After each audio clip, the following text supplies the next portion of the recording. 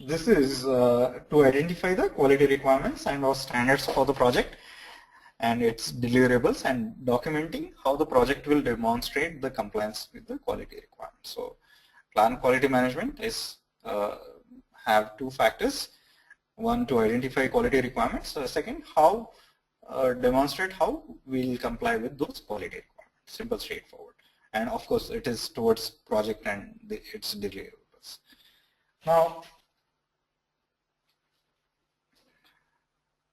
essentially, it produces quality management plan, and it talks about how we go about doing the rest of the two processes. Rather select their tools and technique, and that is quality assurance management and control quality process. Perform quality assurance and control quality process. So the first input is project management plan. So in here we'll refer to scope baseline, which is again combination of project scope statement, WBS and WBS dictionary, schedule baseline, cost baseline. So 3 baseline is what we'll refer to, and other management plan that are appropriate. That will help us to come out with a quality management plan and process improvement plan. So the second input for plan quality management is stakeholder register. If you remember, identify stakeholder is the initiating process group process, and this is plan quality management. So that is already, the point I wanted to make was that is already performed. So stakeholder register will be available. So the input from stakeholder register, you will come to know the stakeholder tolerances and towards various things. So you know where to concentrate on for the quality management plan. So what are the factors, and that's what we see. The risk register, this is the, it contains the information on threats and opportunities that may impact our quality requirements.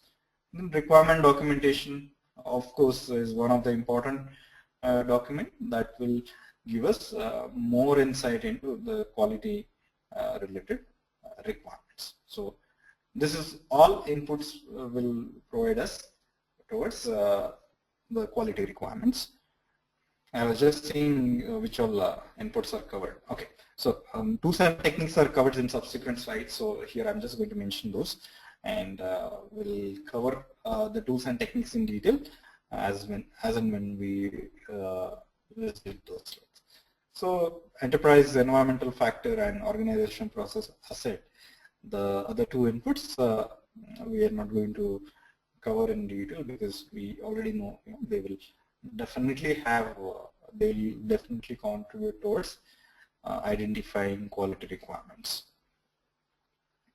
So the first tool and technique is cost benefit analysis. So cost benefit analysis, it's a marginal benefit analysis. Any quality management related process, let's say you are inspecting a deliverable, it's a quality management process, or you're auditing the project, it's a quality related process, mainly towards cost of conformance, and this also will tell you, rather it will have the cost associated. So there will be a lot of cost that will be associated with all the means plan quality management, you perform quality assurance, control quality. All of these will have their own cost associated.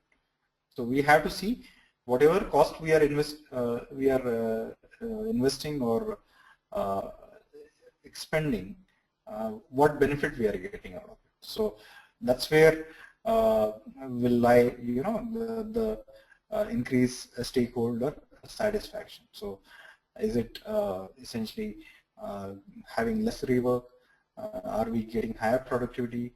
Are we having lower cost and increased profitability? So this is what we do using the exactly next tool, which is cost of quality. So cost of quality gives us cost of conformance. So it compartmentalizes the cost of quality into cost of conformance and cost of non-conformance. Cost of conformance will have preventive costs such as training, documenting, standardizing, and so on, or appraisal costs like testing, inspections, and so on, as a cost of conformance. So those will be the cost for the conforming to the quality. Sorry. Cost of non-conformance will have two costs, internal failure cost and external failure cost. So in case of internal failure found by the project, by the control quality process, then you will have to do the rework and scrap. It can be even found during your perform quality assurance. So rework and scrap needs to be done.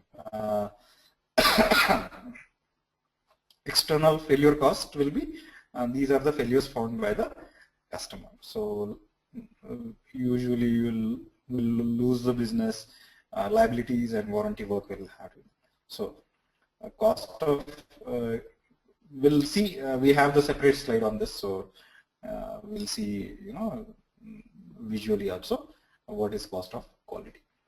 Then there are 7 basic tools which again we'll cover at the end, because these 7 basic tools, I'll just mention a few of their names, like they are like cause and effect diagram, Ishikawa diagram, also fishbone diagram or Ishikawa diagram, flowcharts, check sheets. These are the 7 basic tools used by, these 7 basic tools are used by all of the 3 processes in project quality management knowledge area, that is plan quality management, perform quality assurance and control quality, these 3 processes.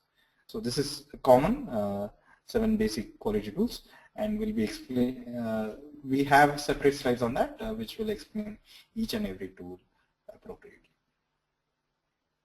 Then we have benchmarking. I think we have seen benchmarking, but we'll have a little bit of explanation on this. So we'll have explanation on design of experiments and statistical sampling in subsequent slides. There will be some additional quality planning tools which we'll see at appropriate time, because these are also covered, I guess, in subsequent slides. But I can tell you right now, these are something like brainstorming, nominal group technique.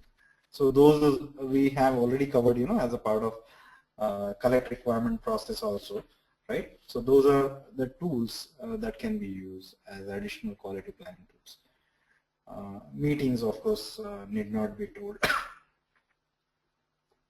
much about it. So it creates a quality management plan. Quality management plan is a component of project management plans. All plans are usually part of your project management plan. So is quality management plan. And it consists of how the organizational quality policies will be implemented. So whatever identified quality requirements are identified, they will be part of quality requirement will be part of your quality management plan. And also we'll see the document will document how we'll demonstrate the compliance with quality requirements. So which kinds of tools and techniques will you use in subsequent perform quality assurance and control quality process.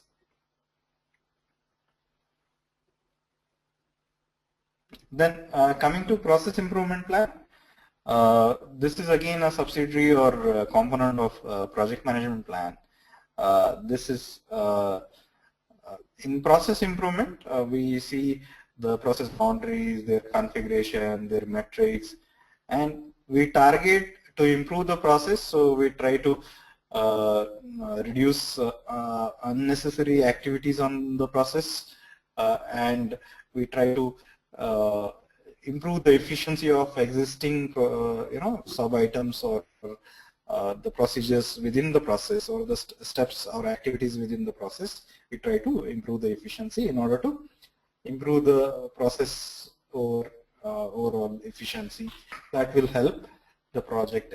So we identify the processes. So it may be product management processes or project management processes, and that process improvement plan will be mentioned.